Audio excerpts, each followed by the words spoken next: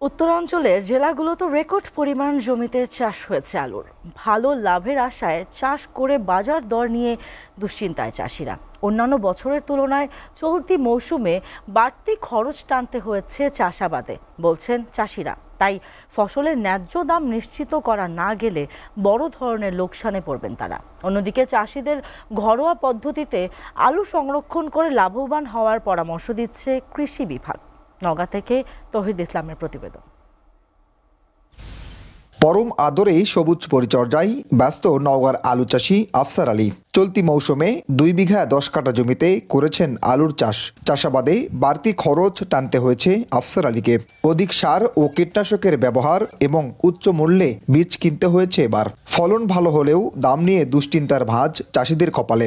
যে বাজার, তাতে বাজারে তো খরচা উঠবে না, দামে তো আমাদের কোনো পড়তা নেই, লাভ নেই। 1200 টাকা পর্যন্ত মন থাকলে তাও একটু খরচ দিয়ে মেকআপ করে উঠতে পারবো। এ মৌসুমে চাষাবাদে বাড়তি খরচ হিসাবে আলুর বীজ কিনতে হয়েছে সর্বোচ্চ 90 টাকা কেজি পর্যন্ত। অথচ উৎপাদিত 1 কেজি আলুর বর্তমান বাজার মূল্য সর্বোচ্চ 15 টাকা। চাষিদের অভিযোগ, এমন বাজার মূল্য অব্যাহত থাকলে বড় ধরনের লোকসানে পড়বেন তারা। আমাকে কাছে যখন আলু না থাকে তখন 80 টাকা 90 টাকা কেজি আলু কিনা খাওয়া লাগে। 100 টাকা 80 টাকা কেজির আলুর বীজ কিনা মনে করেন আলু হবে 40 মণ।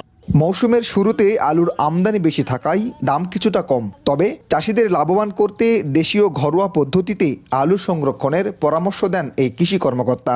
এয়ারেশন ভালো এরকম সুবিধাজনক স্থানে আলু সংরক্ষণাগার নির্মাণ করে দেশীয় পদ্ধতিতে আলু সংরক্ষণ করার জন্য আমরা কৃষকদের পরামর্শ দিয়ে থাকি।